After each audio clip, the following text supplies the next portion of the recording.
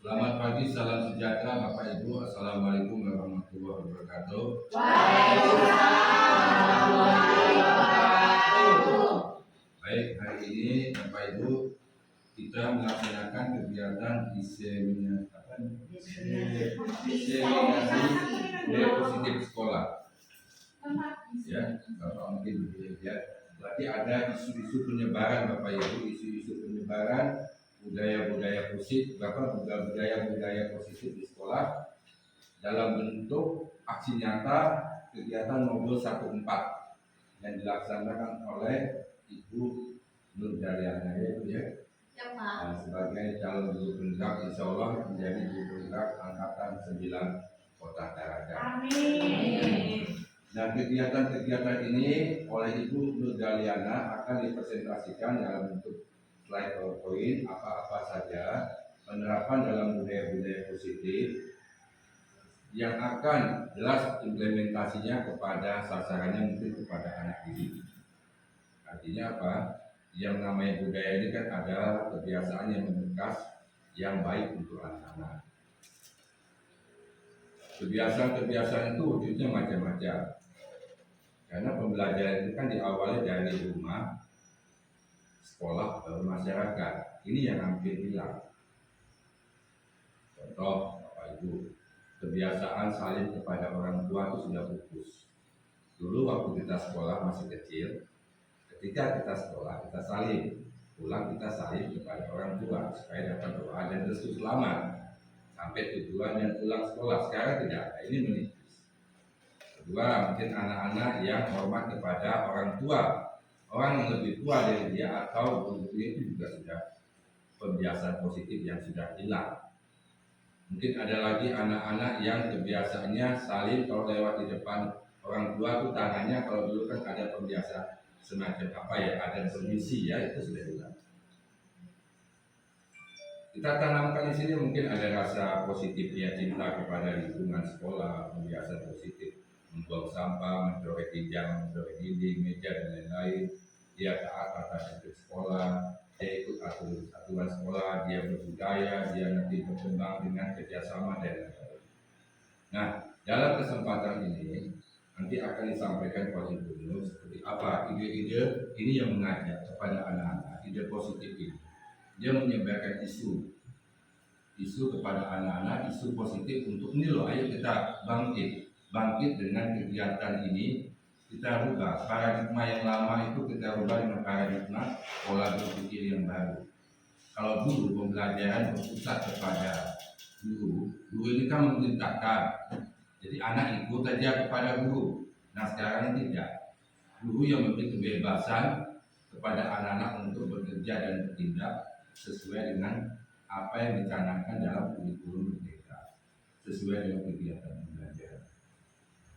Mudah-mudahan pada kesempatan ini kegiatan kita membawa manfaat untuk yang pertama untuk sekolah kita, mengajak dari Ibu Nur ini mengajak dari kelas 1 sampai kelas 6, tidak menutup kemungkinan kalau ada JGP angkatan 9 nanti disusul pemantapan JGP angkatan 10. Amin ya Bapak Ibu ya. Amin, diikuti karena sudah dibuka link angkatan 10 kalau tidak salah, cuma belum ada daftar ya. 11 ya. Nah 11 itu diikuti lah. Jadi harapan sekolah, bukan harapan Bapak, harapan sekolah gurunya juga ikut JGP. Jadi tidak menutup kemungkinan Bapak juga akan ikut karena sudah ada link pendaftaran ikut ke kepala sekolahnya. Yang kedua mungkin harapannya mungkin setelah ini membawa dampak positif kepada yang bersangkutan Ibu Nur untuk lebih semangat juga, semangat dari ilmu keilmuan yang didapat. Memang dalam bentuk penggerak ini harus semangat memotivasi mengajak yang lain supaya bangkit dari itu lama dan si wali bangkit aku dari tidur yang panjang, bangkit ya, tidur yang lama kita bangkit. Dan mudah-mudahan kegiatan ini bermanfaat dan memberi kesehatan hingga sampai selesai acara ini. Akhiri wabillahi taufiq wal hidayah. Assalamualaikum warahmatullahi wabarakatuh. Semoga kegiatan hari ini berjalan baik dan tuntas sampai selesai. Amin ya rabbal alamin. Kegiatan kita mulai.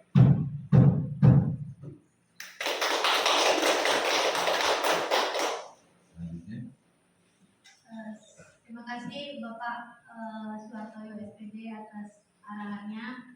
Saya akan melanjutkan dengan presentasi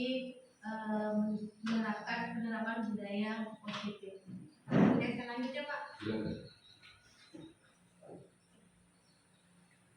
Assalamualaikum warahmatullahi wabarakatuh. Waalaikumsalam warahmatullahi wabarakatuh. Selamat pagi dan salam sejahtera untuk kita semua Bapak Ibu. Salam dan bahagia selalu untuk kita semua Bapak dan Ibu guru serta teman-teman sekalian. Hari ini saya diberikan kesempatan, saya bersyukur atas kesempatan yang diberikan kepada saya. Saya dapat melaksanakan diseminasi penerapan budaya positif di sekolah terutama sekolah kita ini SDN 051 Tarakan. Ini adalah salah satu aksi nyata modul 1.4 kegiatan calon guru penggerak angkatan 9. Ini latar belakang saya melaksanakan aksi nyata ini adalah yang mendasarinya adalah ingin menerapkan budaya positif di sekolah untuk mewujudkan profil pelajar Pancasila. Jadi itu yang utama dulu. Bagaimana siswa kita dapat memiliki sifat-sifat profil pelajar Pancasila. Materi-materi yang akan dibahas adapun satu, perubahan paradigma belajar. Yang kedua, disiplin positif dan nilai-nilai kebajikan universal. Kemudian yang ketiga, teori motivasi, hukuman dan penghargaan, ada restitusi. Yang keempat, keyakinan kelas. Yang kelima, kebutuhan dasar manusia dan dunia berkualitas. Yang keenam, restitusi atau 5 posisi kontrol. Yang ketujuh, restitusi atau segitiga restitusi. Nah, Bapak Ibu, di sini kita mengalami suatu perubahan paradigma belajar. Paradigma pembelajaran itu yang dulu berfokus pada guru, kemudian berfokus pada siswa atau dikenal dengan student-centered learning. Bagaimana sih perubahan paradigma pembelajaran ini? Yaitu memfokuskan kepada peserta didik sebagai pusat pembelajaran. Kalau dulu segala sesuatu pembelajaran kita hanya berpusat kepada guru. Jadi hanya guru yang memegang kontrol di dalam kelas. Kemudian melalui rancangan siklus yang berkesinambungan, pembelajaran paradigma baru memberi ruang yang lebih longgar kepada pendidik dalam menyusun perencanaan serta merumuskan asesmen yang sesuai dengan kebutuhan peserta didik. Jadi di sini yang kita harus garis bawahi adalah segala sesuatu yang kita lakukan harus sesuai dengan kebutuhan peserta didik kita. Inilah yang sedang kita terapkan, yaitu pembelajaran berdiferensiasi dalam kurikulum Merdeka. Disiplin positif dan nilai-nilai kebajikan universal. Ini yang akan kita berusaha terapkan ke anak-anak kita sehingga membudaya Bapak Ibu. Apa sih disiplin itu? Biasanya kalau kita mendengar kata disiplin, yang kita tahu adalah apa? Tata tertib, teratur, kepatuhan dan peraturan. Nah, kata disiplin itu seringkali dihubungkan dengan hukuman. Padahal itu adalah sesuatu yang berbeda. Belajar tentang disiplin positif tidak harus dengan memberi hukuman. Justru kita harus mengurangi. Bagaimana sih kita tidak menggunakan hukuman sehingga anak-anak itu tetap menjadi disiplin? Nah, dalam budaya kita, makna kata disiplin berubah menjadi sesuatu yang dilakukan seseorang kepada orang lain untuk mendapatkan kepatuhan. Kecenderungan yaitu menghubungkan kata disiplin dengan ketidaknyamanan. Jadi anak-anak menangkapnya itu disiplin itu sangat tidak nyaman, sama seperti kita sih sebenarnya. Disiplin itu menurut anggapan kita sangat tidak nyaman. Bukan dengan apa yang kita hargai atau pencapaian sesuatu tujuan mulia. Nah, dalam KHD menyatakan untuk mencapai kemerdekaan dalam konteks Untuk menciptakan murid yang merdeka, syarat utamanya harus disiplin yang kuat. Disiplin yang dimaksud adalah disiplin diri yang memiliki motivasi internal. Nah, motivasi internal itu berarti anak-anak itu memiliki motivasi dari dirinya sendiri. Jika kita tidak memiliki motivasi internal, maka kita memerlukan pihak lain untuk mendisiplinkan yang namanya motivasi eksternal. Karena berasal dari luar, bukan dari dalam diri sendiri. Itu yang dinamakan motivasi eksternal. Dengan adanya disiplin, dapat pula kita mempelajari bagaimana sih cara mengontrol diri, bagaimana menguasai diri untuk memilih tindakan yang mengacu pada nilai-nilai kebajikan universal. Tujuan penerapan disiplin positif adalah menanamkan motivasi pada murid-murid kita untuk menjadi orang yang mereka inginkan dan menghargai diri sendiri dengan nilai-nilai yang mereka percayai. Ini nilai-nilai kebajikan universal. Apa sih itu nilai-nilai kebajikan universal? Adalah sifat-sifat manusia yang merupakan tujuan mulia yang ingin dicapai setiap individu. Jadi banyak ya Bapak Ibu nilai-nilai kebajikan universal yang harus kita ketahui dan kita laksanakan. Nah, nilai-nilai tersebut bersifat universal. Ini ada beberapa pengertiannya. Setiap perilaku atau perbuatan memiliki suatu tujuan. Jadi apa yang kita lakukan itu pasti memiliki suatu tujuan. Kemudian yang kedua, mengaitkan nilai-nilai kebajikan yang diyakini seseorang, maka motivasi intrinsiknya akan terbangun sehingga menggerakkan motivasi dari dalam untuk mencapai tujuan yang dimuliakan, diinginkan. Kemudian nilai-nilai kebajikan yang ingin dicapai oleh setiap anak Indonesia kita kenal dengan profil pelajar Pancasila, dan itu yang sedang kita galakkan saat ini, yaitu beriman, bertakwa kepada Tuhan Yang Maha Esa, dan berakhlak mulia, mandiri, bernalar kritis, berkebinekaan global, gotong royong, dan kreatif. Ini adalah standar pendidikan nasional. Standar dalam rangka menciptakan lingkungan yang positif, maka setiap warga sekolah dan pemangku kepentingan saling mendukung, menghayati dan menerapkan nilai-nilai kebajikan yang telah disepakati bersama. Untuk dapat menerapkan tujuan mulia tersebut, maka pemimpin pembelajaran perlu berjiwa kepemimpinan. Siapa yang menjadi pemimpin pembelajaran di sini adalah kita, Bapak Ibu. Guru yang menjadi pemimpin pembelajaran di kelas. Kemudian tujuan mulia dari penerapan disiplin positif adalah agar terbentuk murid-murid yang berkarakter, berdisiplin, santun, jujur, peduli, bertanggung jawab, dan merupakan pembelajar sepanjang hayat sesuai dengan standar potensi lulusan yang diharapkan. Jadi saat ini anak-anak kita juga sudah mulai berkurang nilai-nilai kebajikannya. Jadi bagaimana kita sebagai guru-guru di sekolah mulai menerapkan kembali sehingga anak-anak kita memiliki karakter yang positif. Nah, di sini yang menarik Bapak Ibu, teori motivasi, hukuman, dan penghargaan serta restitusi. Ada 3 motivasi perilaku manusia. Yang pertama itu untuk menghindari ketidaknyamanan atau hukuman. Itu merupakan motivasi intrinsik. Apa yang akan terjadi apabila saya tidak melakukannya? Itu ada pertanyaan yang muncul. Itu merupakan motivasi. Yang kedua, untuk mendapatkan imbalan dari orang lain atau institusi. Apa yang kita lakukan itu, apakah itu merupakan kita mengharapkan imbalan dari orang lain atau tidak? Apa sih yang akan saya dapatkan apabila saya melakukannya?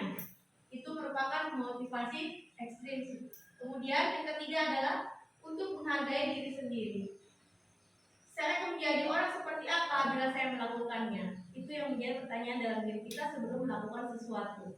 Apakah kita termasuk di satu itu hanya untuk menghindari hukuman atau ketidaknyamanan, ataukah hanya untuk mendapatkan imbalan atau penghargaan dari orang lain, atau kita untuk menghargai diri kita sendiri? Jadi itu 3 motivasi perilaku manusia.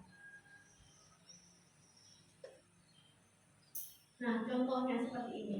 Karena kita berada di lingkungan pendidikan, sebagai seorang guru, saat Anda hadir mengajar di kelas tepat waktu, motivasi apakah yang mendasari tindakan Anda?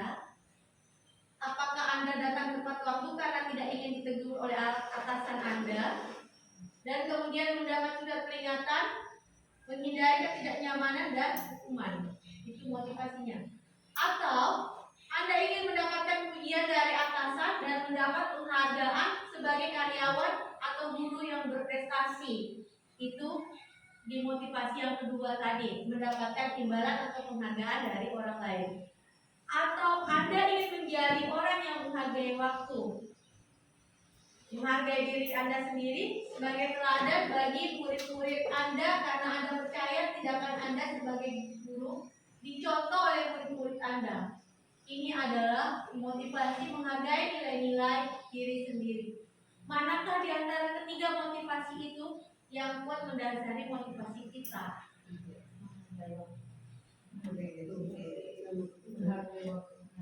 Atau bahkan kombinasi dari 2 atau 3-tiganya? Biasanya kita selain karena tidak ingin mendapatkan hukuman, kan kita ini mengikuti absennya. Jadi selain itu, ada motivasi yang lain. Oke, ini contohnya ya Bapak Ibu. Kemudian ada hukuman dan penghargaan. Hukuman dan penghargaan ini ternyata sangat-sangat menarik. Ini seperti kasusnya. IPA kurang menguasai pelajaran matematika, sehingga pada saat pelajaran tersebut berlangsung, dia lebih banyak berdiam diri atau menggambar di buku pelajarannya. Pada saat guru matematika Pak Seno menanyakan pertanyaan, IPA menjadi gugup dan tak sengaja menjatuhkan tasnya dari kursi, serta tiba-tiba menjadi gagap pada saat berupaya menjawab. Seluruh kelas pun tertawa melihat perilaku IPA yang bicara tergagap dan terkejut tersebut. Pak Seno pada saat itu membiarkan teman-teman IPA menertawakan IPA yang tergagap dan malu luar biasa, dan malahan meminta IPA untuk maju ke depan dan berdiri di depan kelas sambil menunjuk hidungnya. Jadi dia disuruh berdiri di depan kelas, pegang hidung ya, karena tidak bisa menjawab pertanyaan Pak Seno. Kelas pun menjadi gaduh dan anak-anak pun tertawa melihat IPA di depan kelasnya. Bagaimana jika ini kita yang melakukan Bapak Ibu? Tanya Bapak, ini ada pertanyaan pemantiknya. Apakah Anda setuju dengan tindakan Pak Seno terhadap IPA? Silakan Bapak Ibu. Bagaimana Ibu? Setuju tidak? Kalau setuju apa alasannya? Tidak setuju apa alasannya? Baca dan Mengapa? Silakan Ibu. Apa tadi kasusnya? Nah, Dulu kasusnya, simak dulu. Pasmi silakan Pasmi, komen-komen lah. Kita lihat ya. Bisa dia. Bagaimana Bu? Sudah, jadi dibaca. Kembalikan pertanyaannya dulu. Baca singkat. apakah Anda setuju dengan tindakan Pak Seno terhadap IPA? Tidak setuju. Oke, tidak setuju. Kenapa? Satu-satu. Tersebut menjadi trauma, sangat mengenalkan pertanyaan. Ya betul. Jadi anak itu IPA ya, IPA akan merasa malu karena disuruh berdiri di depan memegang hidungnya. Jadi dia hukuman itu membuat dia merasa malu. Kemudian menurut apa? Menurut Anda, tindakan Pak Seno terhadap IPA adalah sebuah hukuman atau konsekuensi? Hukuman. Jadi hukuman ya Bapak Ibu.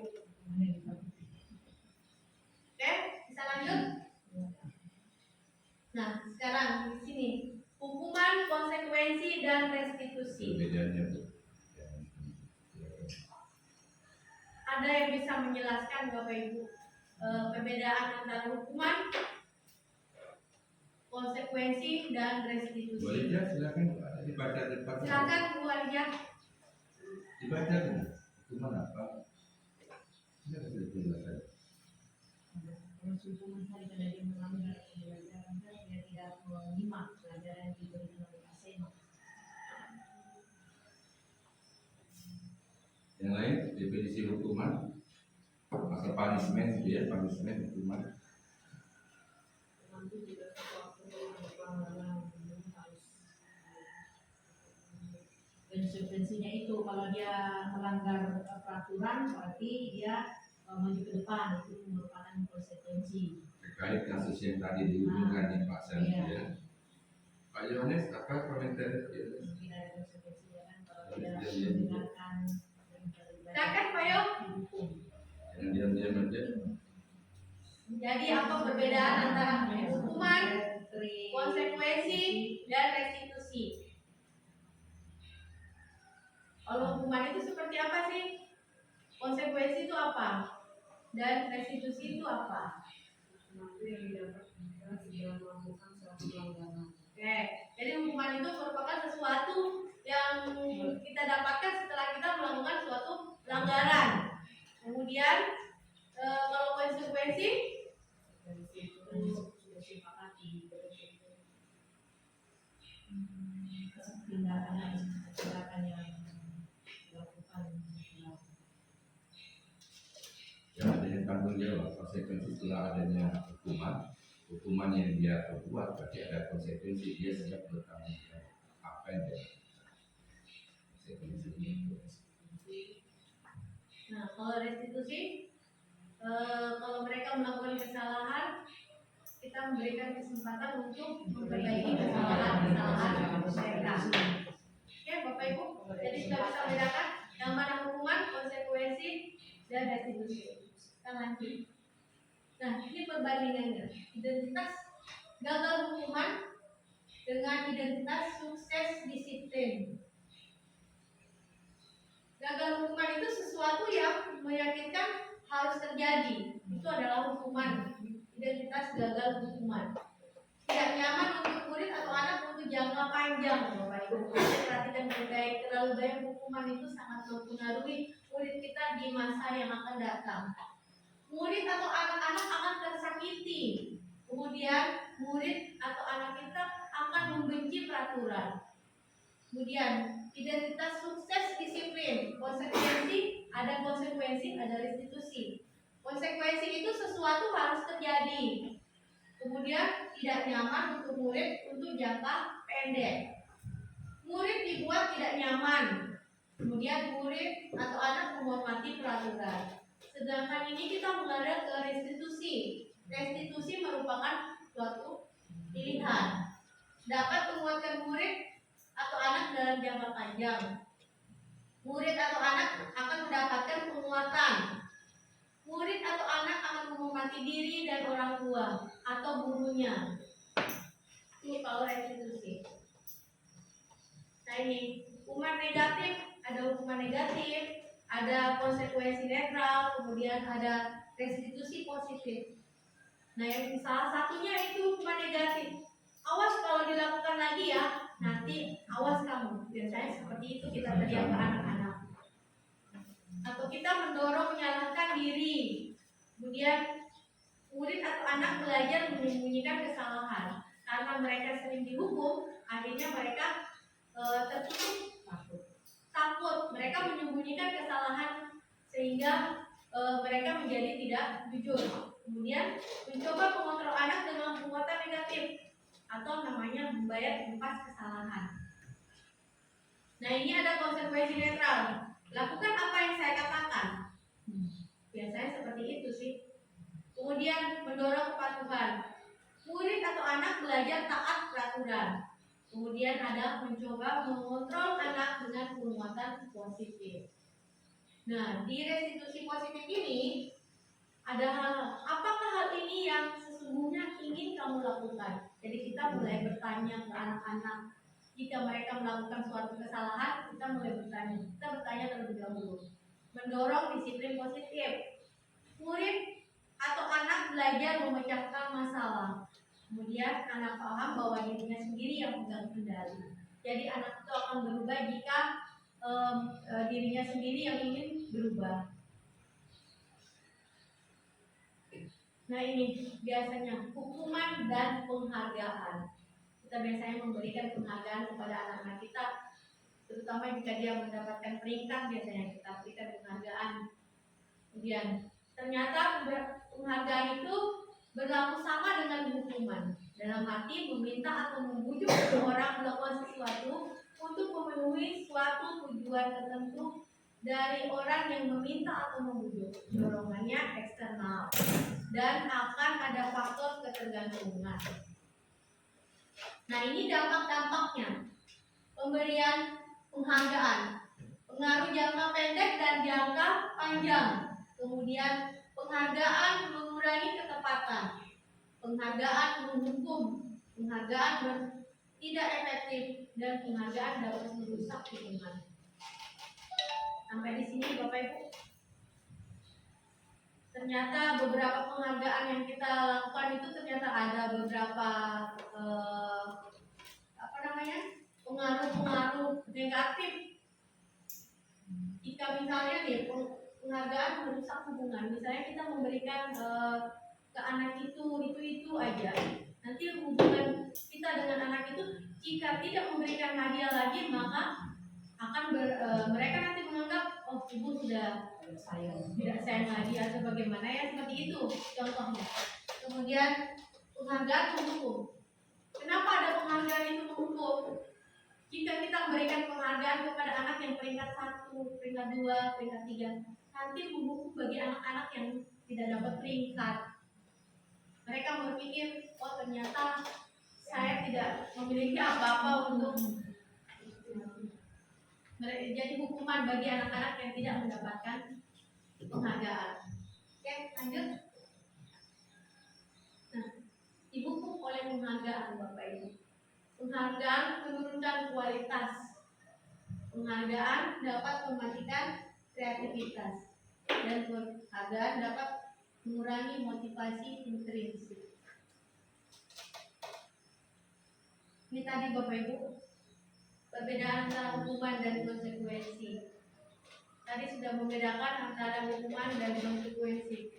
Mencatat 100 kali di dalam buku kalimat saya tidak akan terlambat lagi. Apakah itu adalah hukuman atau konsekuensi? Hukuman. Hukuman atau konsekuensi?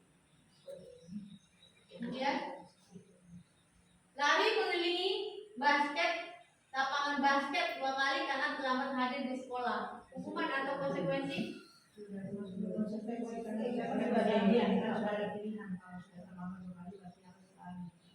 Nah ini yang bedakan Bapak Ibu. Ini adalah salah satu hukuman karena adanya perbuatan. Jadi anak-anak itu misalnya nih sudah datang terlambat, diberikan hukuman lagi lari, itu adalah satu hukuman, bukan konsekuensi. Nah konsekuensi itu jika mereka nih misalnya nih menggantikan kertas tugas teman yang telah dicoret, ini adalah salah satu contoh konsekuensi. Membersihkan tumpahan air di meja tulis karena tersenggol pada saat pelajaran, itu adalah suatu konsekuensi. Jadi kita bisa membedakan yang mana hukuman, yang mana konsekuensi. Bisa? Lanjut. Nah ini penjelasannya Bapak Ibu. Mencatat 100 kali itu adalah suatu hukuman, suatu yang sangat. Sudah terlambat disuruh mencatat lagi, dia akan ketinggalan lebih banyak waktu belajarnya. Kemudian lari mengelilingi lapangan basket 2 kali karena terlambat. Sudah terlambat buru-buru disuruh lari, itu adalah salah satu hukuman. Kemudian ini ada konsekuensi, menggantikan karena dia sudah merobek kertas tugas temannya, maka dia punya konsekuensi menggantikan. Kemudian bersihkan tumpahan air di meja. Okay? Kalau ada anak kita merusak fasilitas sekolah, konsekuensi. Ya, belajar orang tua ya. misalnya Baca. di kelas saya itu ada anak yang mencoret meja menggunakan kites. Itu saya panggil kemudian suruh bersihkan sampai bersih. Itu adalah satu konsekuensi. Dan ini lanjut ya Bapak Ibu. Restitusi. Program disiplin positif yang namanya restitusi. Restitusi adalah proses menciptakan kondisi bagi murid untuk memperbaiki kesalahan mereka, sehingga mereka bisa kembali pada kelompok mereka dengan karakter yang lebih kuat.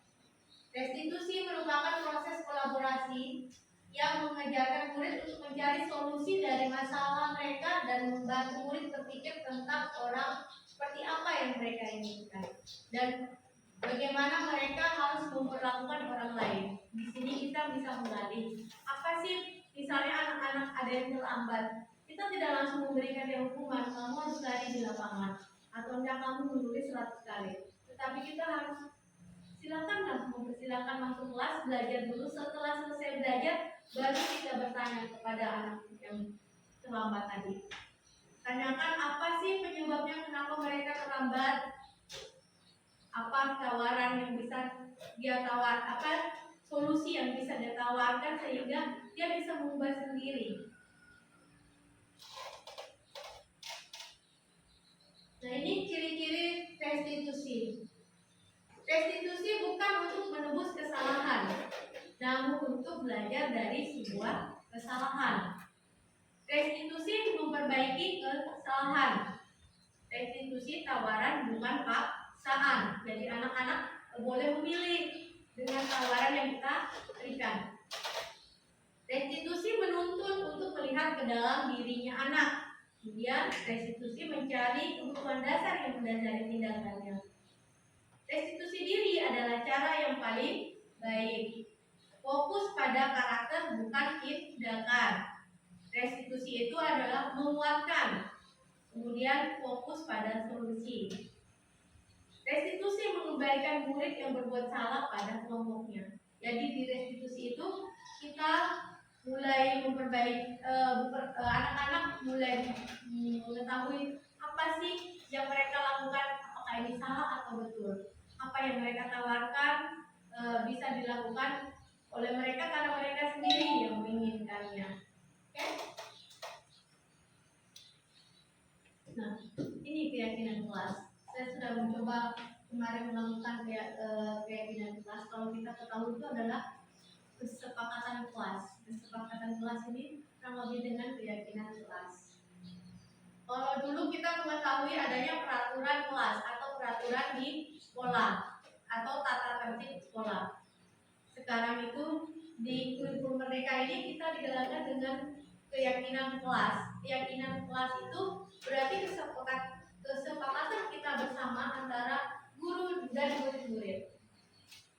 Nah, ini pembentukan keyakinan sekolah atau kelas bersifat abstrak dari peraturan yang lebih rinci dan konkret.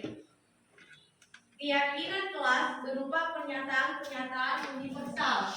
Kemudian pernyataan keyakinan kelas dibuat dalam bentuk positif, jadi tidak ada lagi kata-kata dilarang, jangan. Kemudian keyakinan kelas sebenarnya tidak terlalu banyak sehingga mudah diingat dan dipahami oleh semua warga kelas. Dalam pembuatan keyakinan kelas itu maksimal itu memiliki 7 keyakinan kelas sehingga anak-anak itu mudah mengingat. Kemudian keyakinan kelas sebaiknya dapat diterapkan di lingkungan. Jadi karena mereka sudah menyepakati bersama, kita menyepakati bersama di dalam kelas, maka mereka bisa menerapkannya di dalam kelas. Kemudian semua warga kelas hendaknya ikut berkontribusi dalam pembuatan keyakinan kelas melalui kegiatan curah pendapat. Kemudian bersedia meninjau kembali keyakinan kelas dari waktu ke waktu. Jadi misalnya ada keyakinan kelas kita itu yang sudah tidak mau diganti atau mau direvisi, kita bisa tinjau kembali keyakinan kelas yang sudah kita sepakati.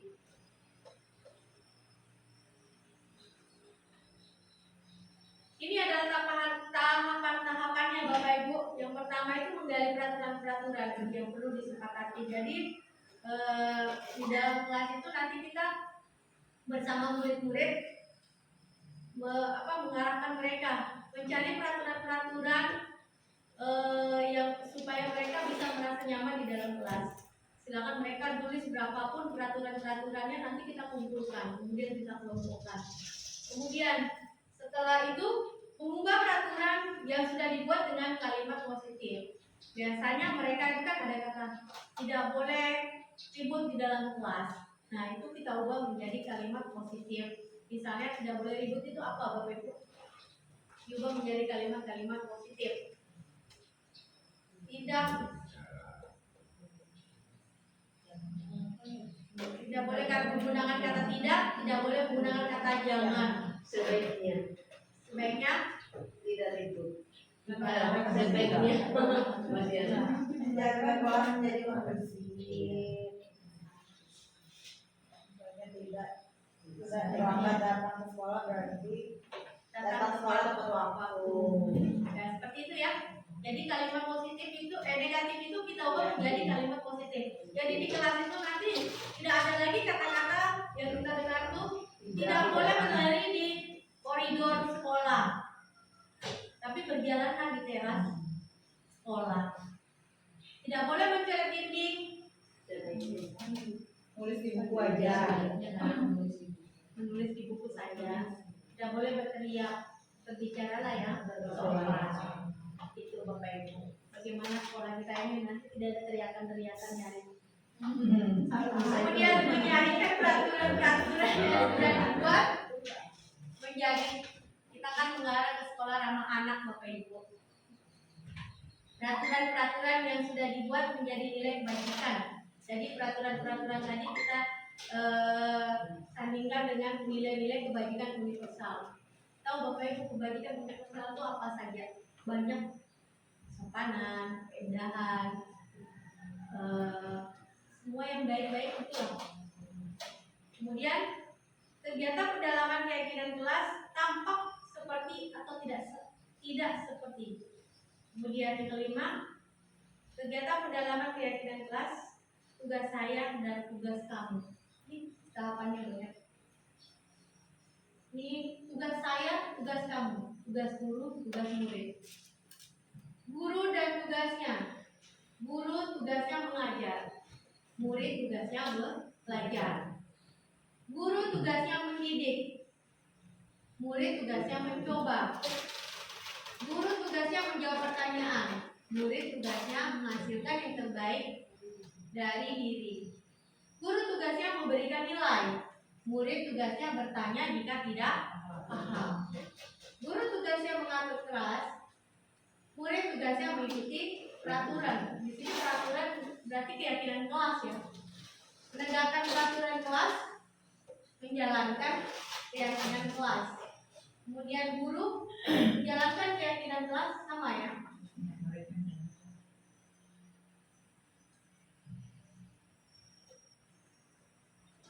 Ini Bapak Ibu. Guru tugasnya bukan menyakiti atau disakiti.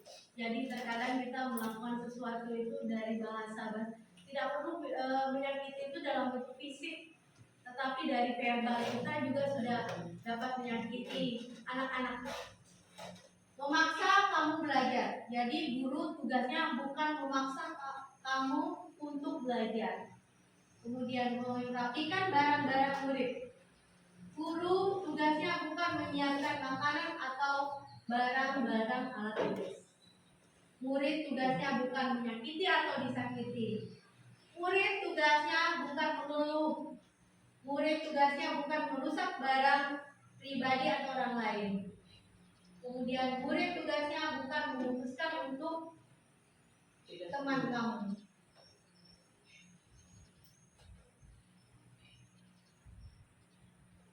Nah, kita masuk ke nih, ada speaking dulu. Silakan, Welan. Ya, biar lebih semangat. Oke, musik. Yang lainnya silakan berdiri nggak? Silakan berdiri, Bapak Ibu. Selamat pagi. Hai. Selamat pagi. Masih semangat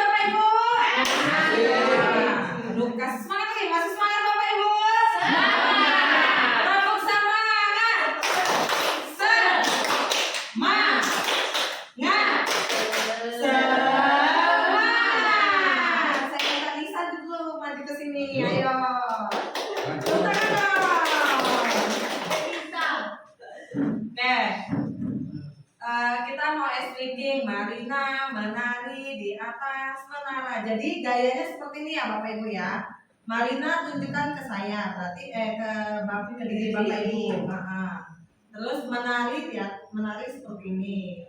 Di atas begini, menara seperti ini. Bisa? Bisa. Tapi kalau dia merana, ya. Jadi harus ikutin kata-kata saya ya, sambil kita bernyanyi bersama. Ya, Marina menari di atas menara, di atas menara, Marina merana. Bisa? Ulang ya. Kompak ya, kompak. Kita pelan-pelan aja ya Bapak Ibu ya. 1, 2, 3. Marina menari di atas menara, di atas menara, Marina merana. Lagi Marina menari di atas menara, di atas menara, Marina merana. Sekarang agak cepat dan mengikuti apa yang saya katakan. Oke? Marina menari di atas menara, di atas, di atas, di atas menara. Marina menari di atas menara, menara, menara, Marina merana. Oke? Terima kasih Bu Ella. Ya. Terima kasih musik ya.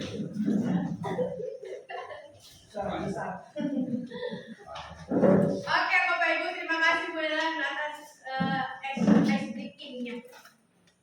Kita lanjut ya Bapak Ibu. 5 kebutuhan dasar manusia. Apa saja sih kebutuhan dasar manusia itu? Nah, di sini kebutuhan dasar manusia itu ya kebutuhan kita lah. Kebutuhan untuk bertahan hidup, kasih sayang dan rasa diterima. Itu kebutuhan untuk diterima. Kebebasan, ada kesenangan dan ada kepuasaan. Ini kebutuhan untuk bertahan hidup atau kita kenal dengan survival. Kebutuhan yang bersifat fisiologis untuk bertahan hidup, misalnya kesehatan, rumah, makanan. Kebutuhan biologis sebagai bagian dari proses reproduksi, meliputi kebutuhan akan rasa aman, kasih sayang dan diterima. Nah, ini yang penting. Kebutuhan untuk disayangi dan diterima meliputi kebutuhan akan hubungan dan koneksi sosial, kebutuhan untuk memberi dan menerima kasih sayang, dan kebutuhan untuk merasa menjadi bagian dari suatu kelompok. Jadi kita ini di dalam suatu lingkungan, nah kita keinginan atau punya kebutuhan untuk diterima. Bagaimana kita diterima di dalam kelompok kita? Kemudian kebutuhan ini meliputi keinginan tetap terhubung dengan orang lain seperti teman, keluarga, pasangan hidup, teman kerja, binatang peliharaan, dan kelompok di mana kita bergabung. Kebutuhan pengakuan atas kemampuan. Jadi kebutuhan ini berhubungan dengan kekuatan untuk mencapai sesuatu, menjadi kompeten, menjadi terampil, diakui atas prestasi dan keterampilan kita, didengarkan dan memiliki rasa harga diri. Kebutuhan ini meliputi keinginan untuk dianggap berharga.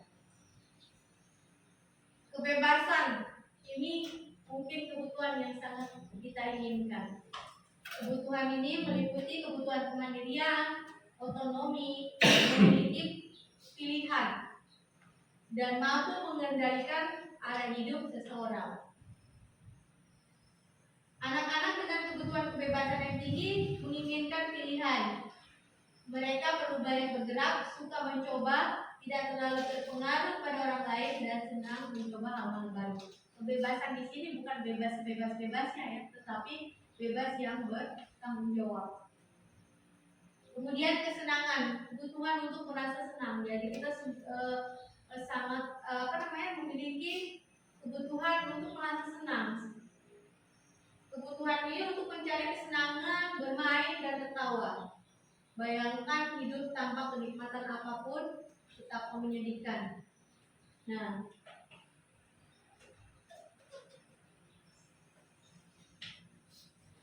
semua hewan dalam tingkat intelijensi tinggi seperti anjing, lumba-lumba, primata dan lain-lain itu bermain. Saat mereka bermain, mereka mempelajari keterampilan hidup yang penting. Manusia tidaklah berbeda. Anak-anak dengan kebutuhan dasar kesenangan yang tinggi biasanya ingin menikmati apa yang dilakukan. Oke, sampai di kebutuhan dasar manusia. Jadi ada 5 tadi kebutuhan dasar manusia. Kita lanjut ke restitusi. 5 posisi kontrol. Apa sih 5 posisi kontrol itu? Ada 5 posisi kontrol seorang guru, yaitu sebagai penghukum, pembuat rasa bersalah, teman, pemantau, atau manajer. Kita berada di mana Bapak Ibu? Jadi apakah kita sebagai penghukum atau pembuat rasa bersalah, atau kita sebagai teman, pemantau, atau bahkan sebagai manajer? Kita berada di posisi yang mana?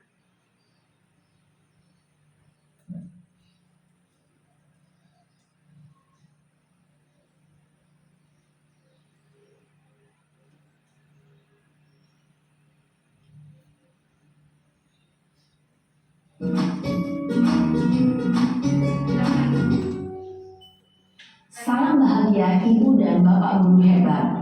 Dalam penerapan disiplin positif restitusi, salah satu program yang dikembangkan adalah 5 posisi kontrol. 5 posisi kontrol dalam restitusi adalah proses perjalanan seorang pendidik agar dapat mengenali dirinya. Pada video kali ini, kita akan membahas tentang 5 posisi kontrol yang dikembangkan oleh Diane Dawson dan contoh penerapannya.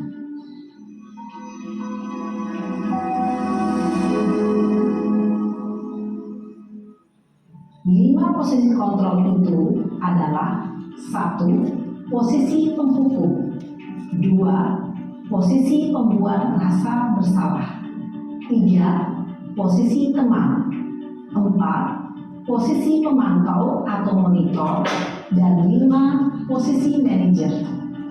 Untuk lebih memahami kelima posisi tersebut, mari kita saksikan kasus Naren yang terlambat hadir 20 menit di sekolah dan melihat bagaimana kelima posisi kontrol dalam menghadapi masalah tersebut.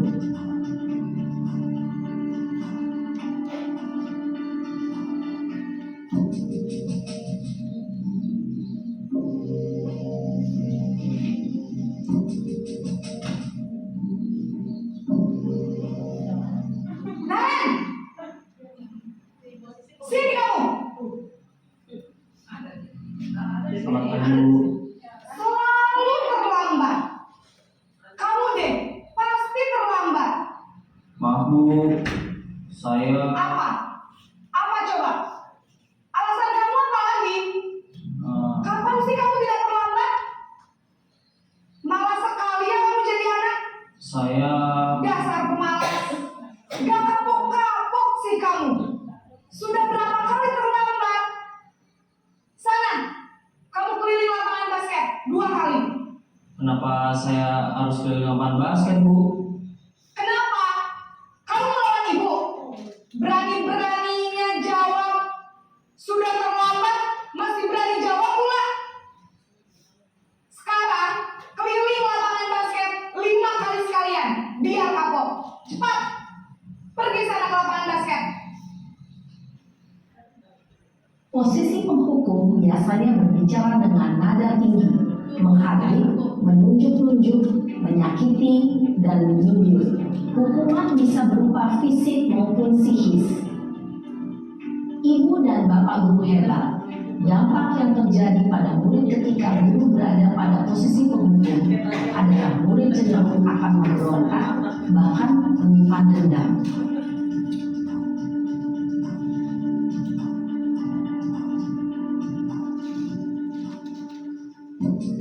Biasa kita lakukan di kelas.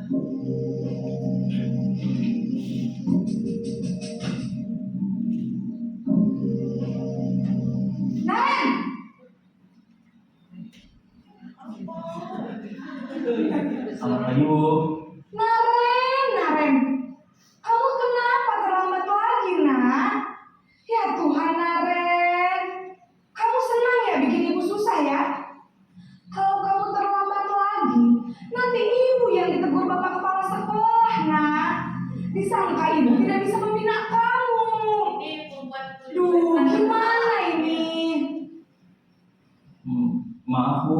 Duh, Gusti Naren, kamu suka ya kalau ibu ditegur bapak kepala sekolah?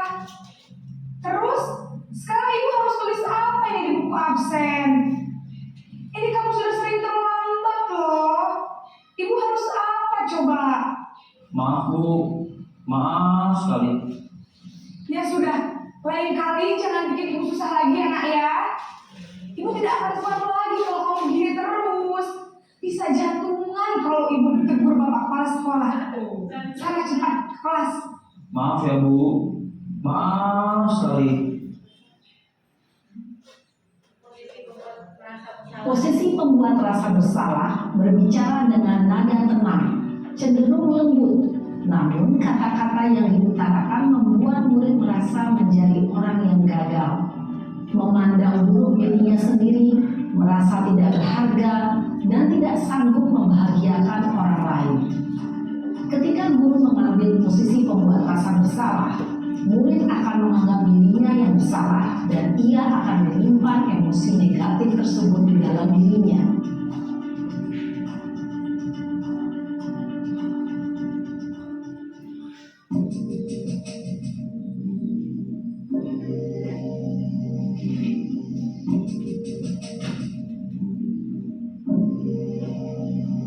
Naren, Dia lagi. Selamat pagi Bu. wah, sudah jam berapa ini nak? Terlambat lagi ya sayang. Iya Bu. Habis ibu saya lupa bangunkan saya Bu. Kamu malah menyalahkan ibu kamu.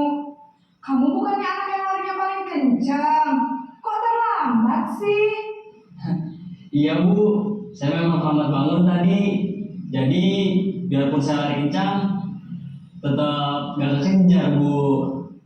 Ya sudah sana. Nanti lain kali larinya lebih kencang lagi ya. Biar gak terlambat lagi. Bikin seneng ibu. Demi ibu. Bisa kan? Bisa Bu. Ya sudah sana masuk kelas. Ibu beresin urusan absen kamu.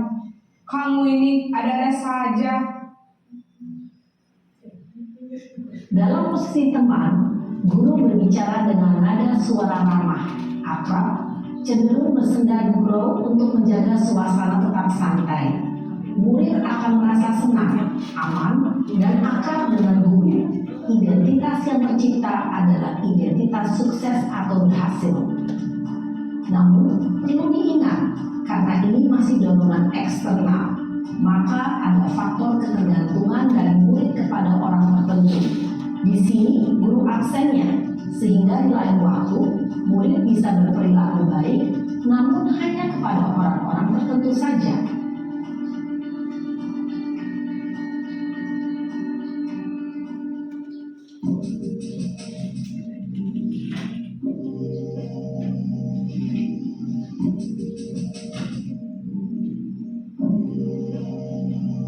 Naren,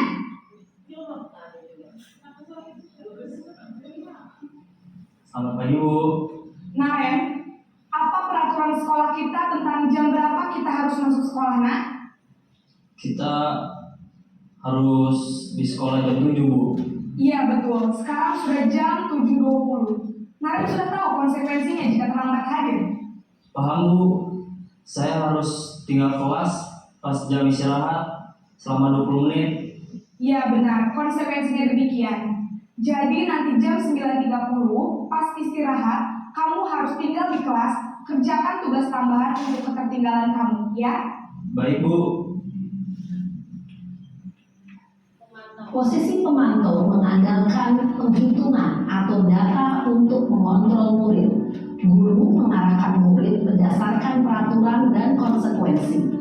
Seorang pemantau menunjukkan bahasa tubuh dan ekspresi wajah yang datar dan cenderung formal.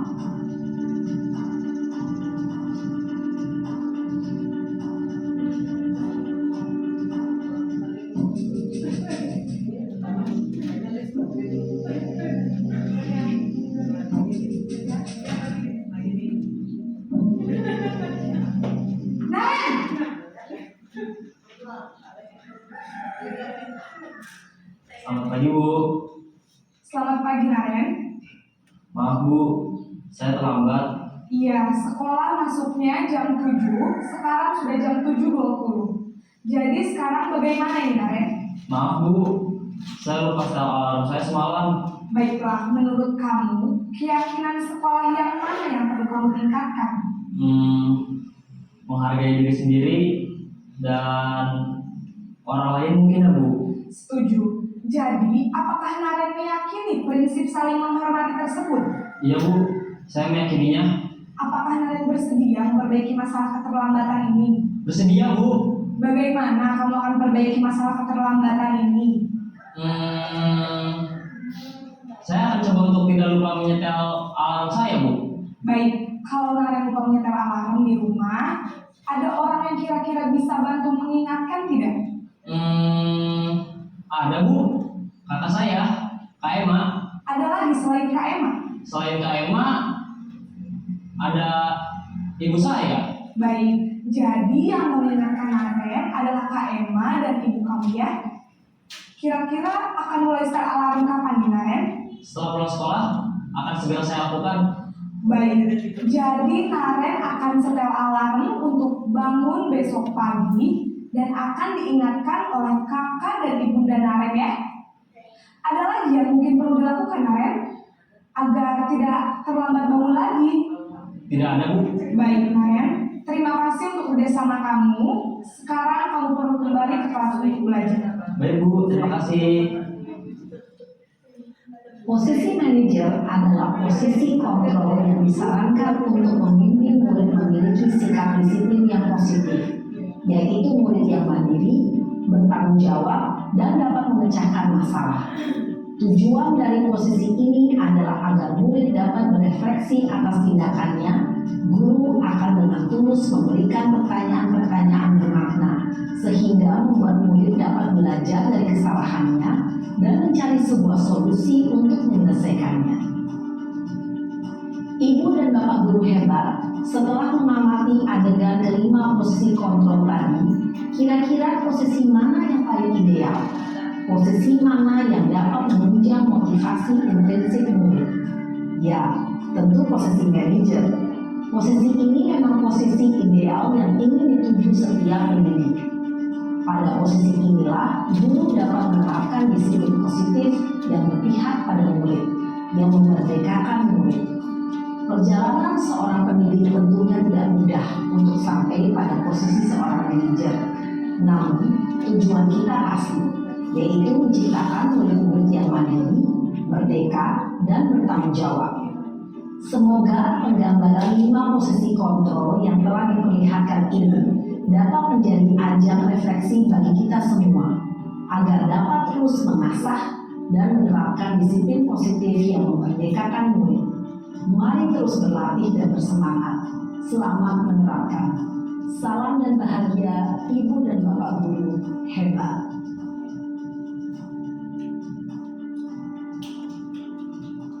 Bapak Ibu, itu ada video 5 penerapan 5 posisi kontrol. Jadi kita berada di mana? Kita harapannya guru-guru itu berada di posisi manajer. Bilang konsentrasi itu. Oke, ini segitiga restitusi atau penerapan segitiga restitusi. Langkah-langkah ada 3 langkah. Yang pertama pertama adalah menstabilkan identitas. Teori kontrolnya, kita semua akan melakukan hal yang terbaik yang bisa kita lakukan. Validasi yang kedua, validasi tindakan yang salah. Kemudian yang ketiga, menanyakan keyakinan. Nah, ini modelnya Bapak Ibu. Segitiga restitusi. Ini contoh penerapannya. Saya lakukan di dalam kelas. Ini anak-anak yang suka bolong-bolong sehingga namanya berkelahi ya.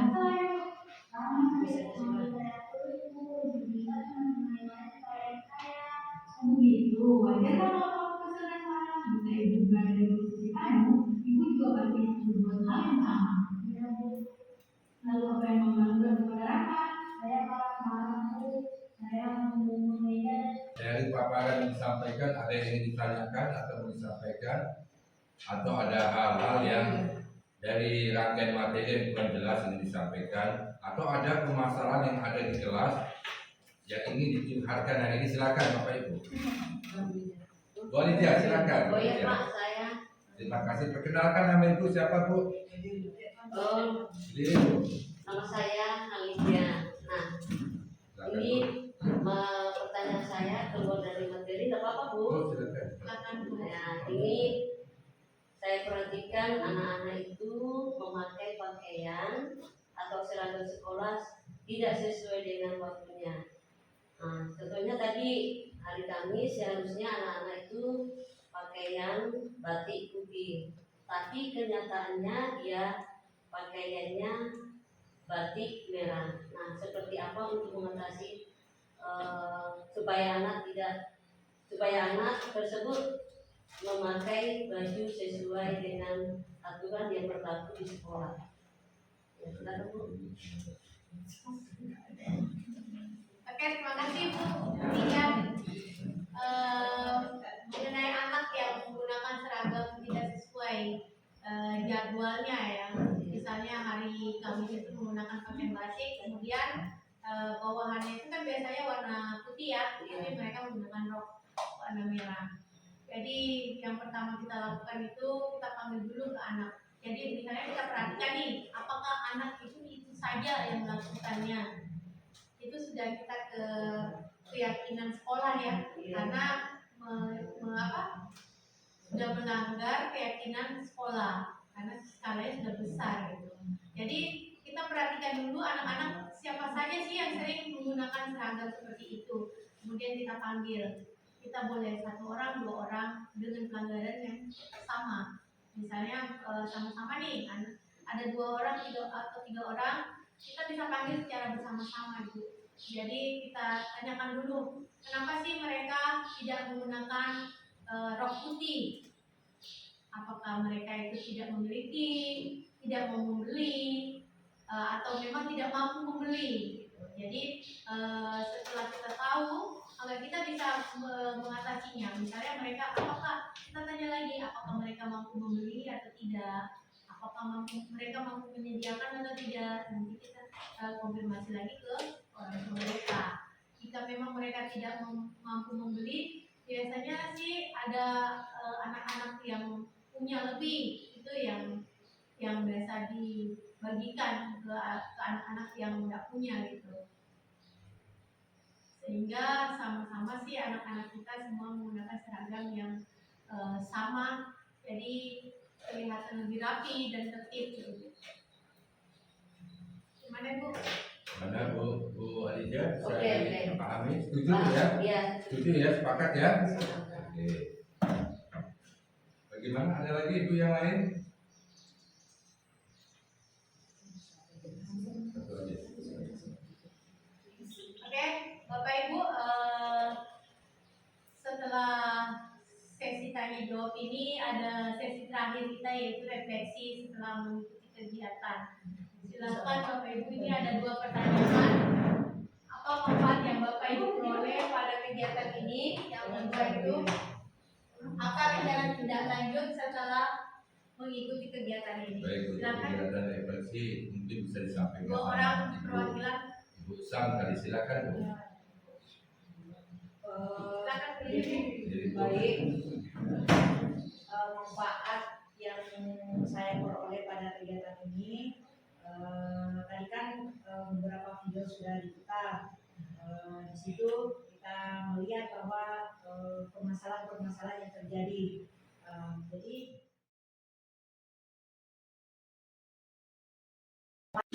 Assalamualaikum warahmatullahi wabarakatuh. Selamat pagi anak-anak. Bagaimana kabarnya pagi ini? Pagi luar biasa. Sekali lagi, bagaimana kabarnya pagi ini?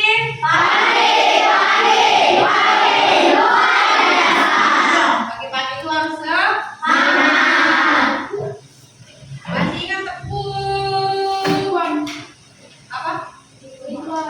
Oh ya, kita bituan aja. Ibu pandu dari sini. Bituan. Bituan. Bitu. Bitu. Bitu. Bitri. Bitri. Bitri. Bitpon. Bitpon. Bitpon.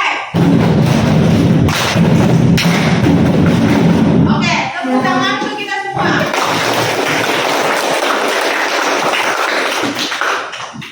Oke, karena kalian sudah semangat semua, hari ini kita akan membentuk sebuah keyakinan kelas. Ada yang tahu keyakinan kelas itu apa? Keyakinan kelas adalah suatu kesepakatan antara kalian semua dengan guru. Jadi nanti kita akan merancang sebuah keyakinan kelas, kemudian kita kita tinjau kembali apa keyakinan kelas yang kita bentuk itu cocok untuk kita laksanakan. Kemudian kalian menandatangani, ibu juga menandatangani, sehingga keyakinan kelas itu kita sepakati untuk kita terapkan di dalam kelas. Apa tujuan membuat keyakinan kelas? Agar kelas kita apa? Aman, dan menyenangkan. Apa itu? Oke? Nah, karena kalian sudah tahu apa itu keyakinan kelas, nah ibu meminta nanti masing-masing menuliskan satu peraturan. Misalnya di dalam kelas ini kalian tidak boleh makan atau datang tepat waktu. Kalian tahu semua peraturan-peraturan apa saja kan? Biasanya kan di setiap kelas ada peraturan. Nah, sama dengan kita dulu ada peraturan di kelas kita. Apa yang harus kita lakukan di dalam kelas sehingga kelasnya menjadi nyaman. Kalian menuliskan satu di kertas ini, jangan lupa menuliskan namanya. Misalnya nih Ayu, apa peraturannya yang dituliskan di sini? Oke, paham?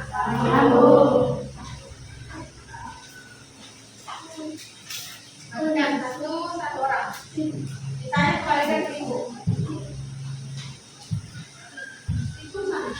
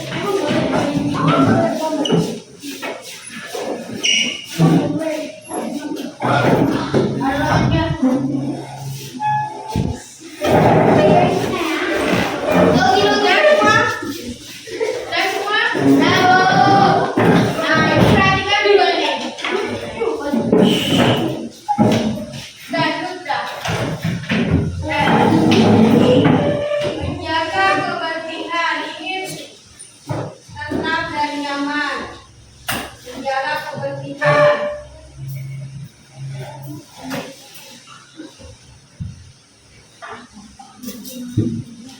Membuang sampah pada tempatnya. Datang tepat waktu.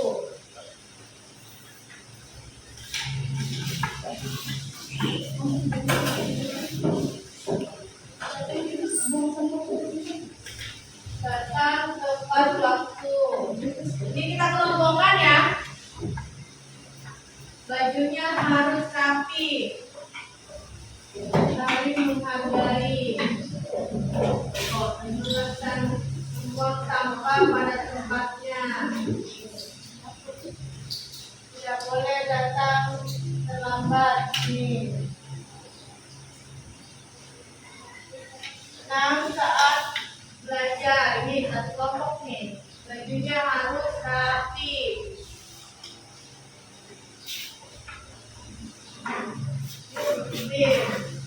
Tiket.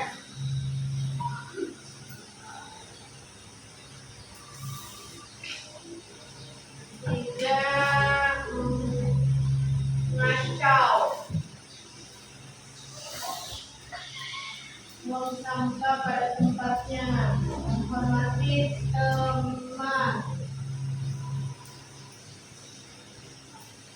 Datang tepat waktu. Ini ya, ini kita kelompokkan dulu. Tidak ribut di dalam kelas. Membuang sampah pada tempatnya. Tidak boleh tidak piket. Menjaga kebersihan. Tidak bermain di dalam kelas. Jangan kelahi. Melaksanakan piket. Tidak ribut. Tidak ribut.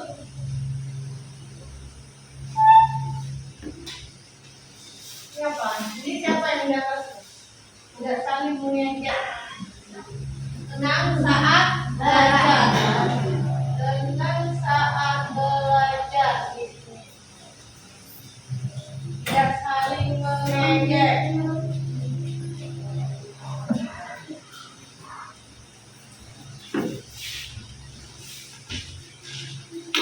Ini satu apa nih? Saya mau kelas menjadi nyaman.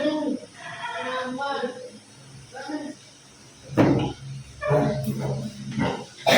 Tidak saling menghormati. Tidak saling mengejek.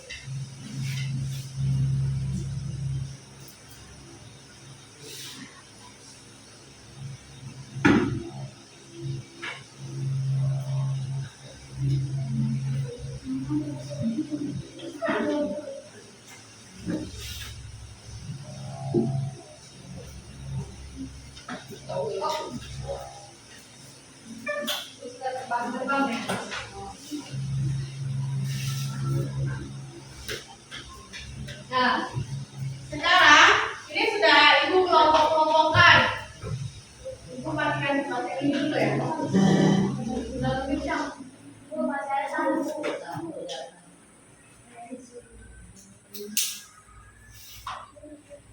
Datang tepat waktu.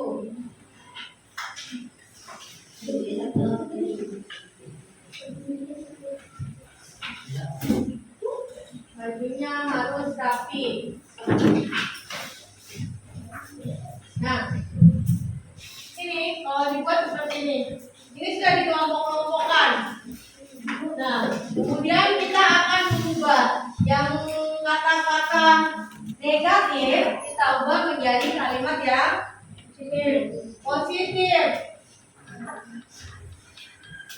Ini sudah dikelompok-kelompokkan ya. Kemudian ada beberapa yang menggunakan kalimat-kalimat negatif seperti tidak boleh datang terlambat. Berarti datangnya tepat waktu. Datang tepat waktu.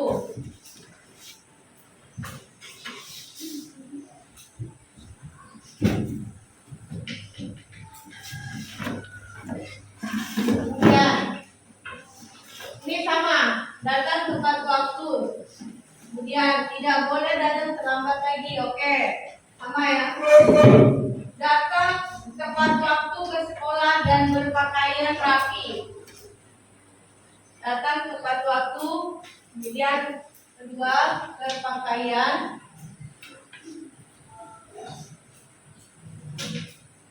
rapi. Ini datang tepat waktu sama ya. Nah, datang tepat waktu berpakaian rapi itu masuk dalam kategori apa? Kebalikannya, nilai kebalikannya disiplin. Berarti kita tuliskan satu di sini keyakinan kelas kita. Disiplin. Disiplin apa saja? Yang termasuk diantaranya adalah datang tepat waktu, kemudian berpakaian yang rapi. Kemudian selanjutnya saling tolong dan menghargai teman.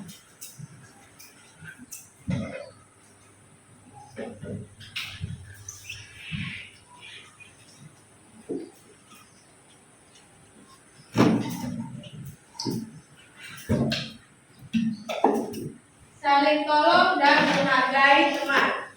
Kemudian ada lagi, tidak saling mengejek.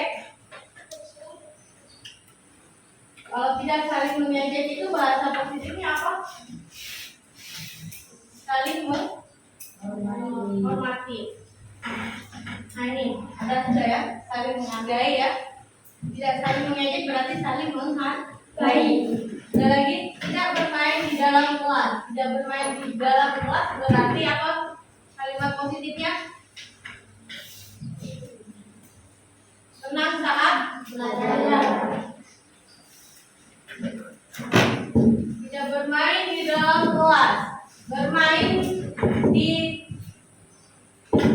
sama seperti contohnya seperti ini. Tidak berlari di koridor. Kita ganti dengan kalimat yang positif, berjalan di koridor sekolah.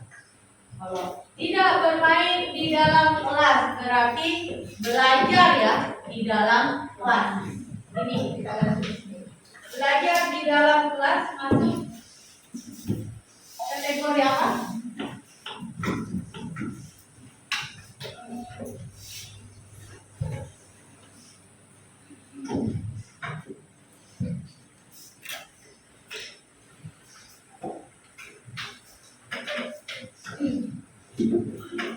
Ini masuk kategori disiplin ya. Berarti sudah masuk di sini. Kemudian saling tolong dan menghargai teman. Ada lagi yang lain? Datang tepat waktu dari sini. Oke, kita pindah ke bagian ingin tentram dan nyaman. Tentram dan nyaman. Berarti apa? Tenang saat belajar.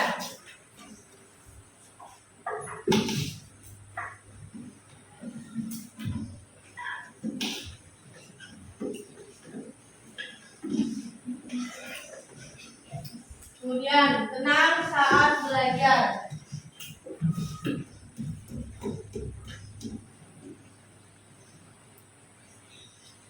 lagi, tidak mengacau teman saat belajar. Sama termasuk menghargai ya. Menghormati teman. Saling menghormati.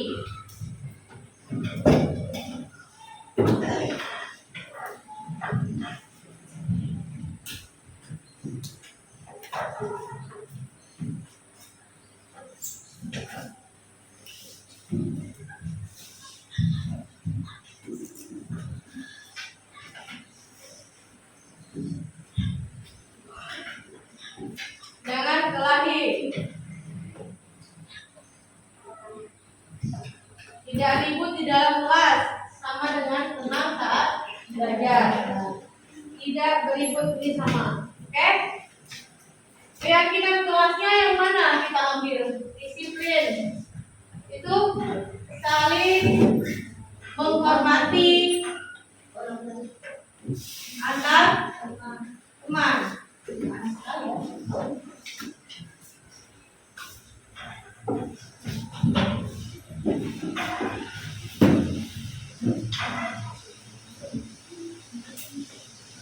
Oke, saling menghormati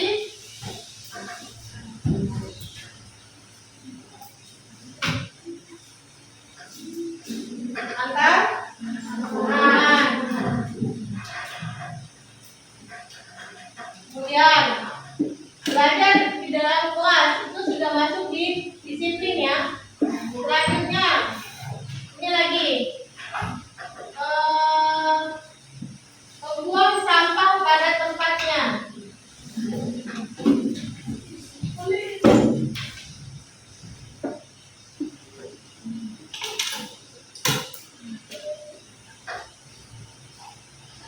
Lanjut, ini sama, tidak boleh ada piket. Tidak boleh ada piket berarti melaksanakan piket kelas.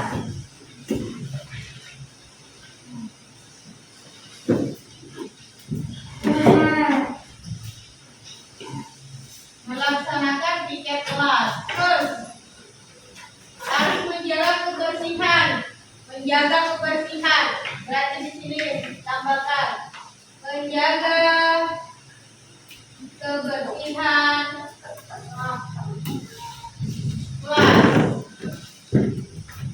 11. Ada lagi melaksanakan piket. Saya mau menjadi kelas yang nyaman, menjaga kebersihan. Sama ya? Tadi 10 ya. Nah, ini ada 10 peraturan yang kita mau buat menjadi sebuah keyakinan kelas. Belajar di dalam kelas. Apakah itu termasuk di dalam disiplin? Nilai kebajikannya? Saat kita belajar di dalam kelas, apa nilai kebajikannya? Masuk di disiplin ya? Oke, tentram dan nyaman berarti sudah termasuk di sini. Saling menghormati. Membuang sampah pada tempatnya. Ini tanggung jawab.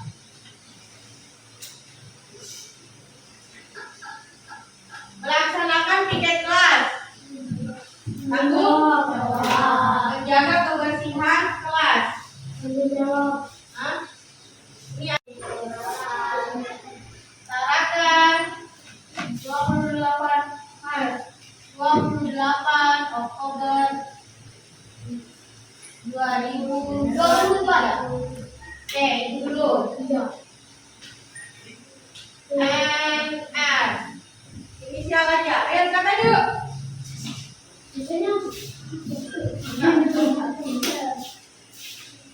Ya, bareng aja. Jadi kalian yang pasti ada tanda tangan kalian di situ. Jadi kalian bisa lihat secara bersama-sama.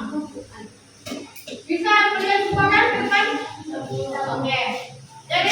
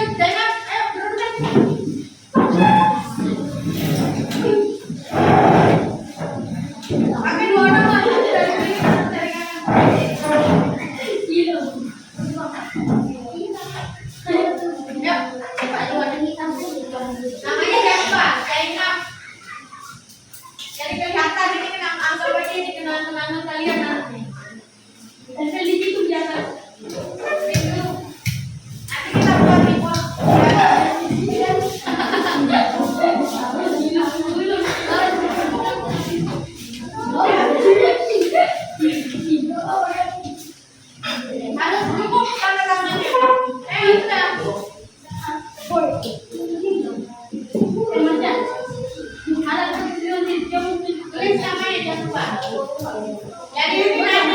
Jadi saksi tanda tangan kalian. Oh ini loh tanda tangan kita kelas 6 dulu. Ada ribut. Siapa ini?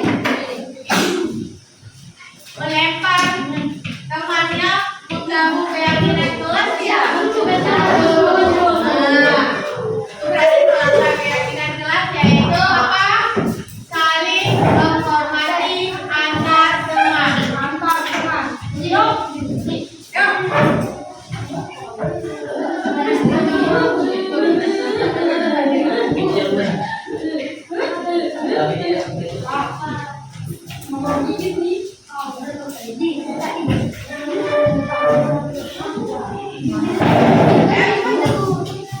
Kiri kanan ayo. Kiri kanan kiri.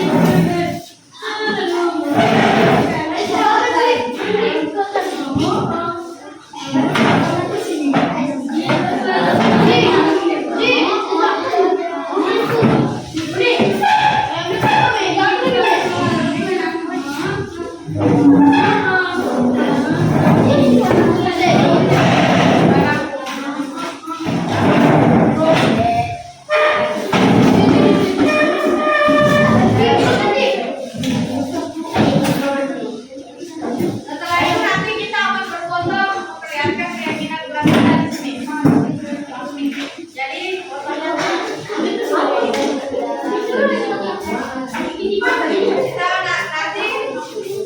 itu kalian semua berdiri di sini ya. Tapi fotonya foto ya. Jangan berdiri sedikit saja.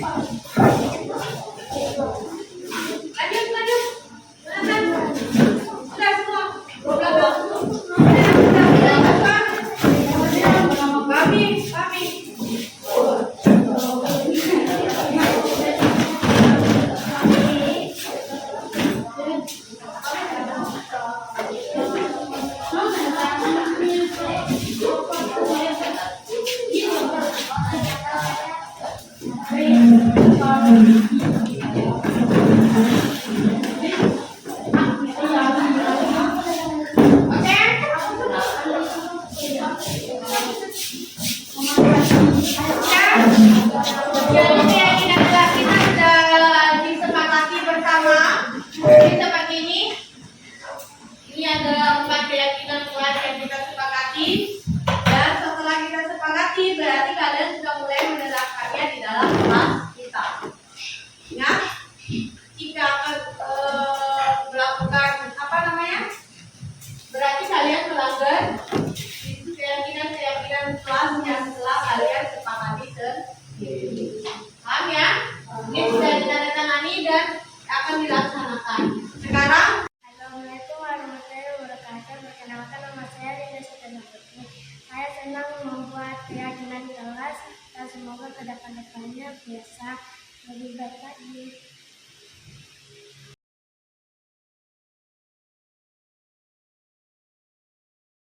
biasa caranya salam, senyum, salim, sopan, sapa, dan saling.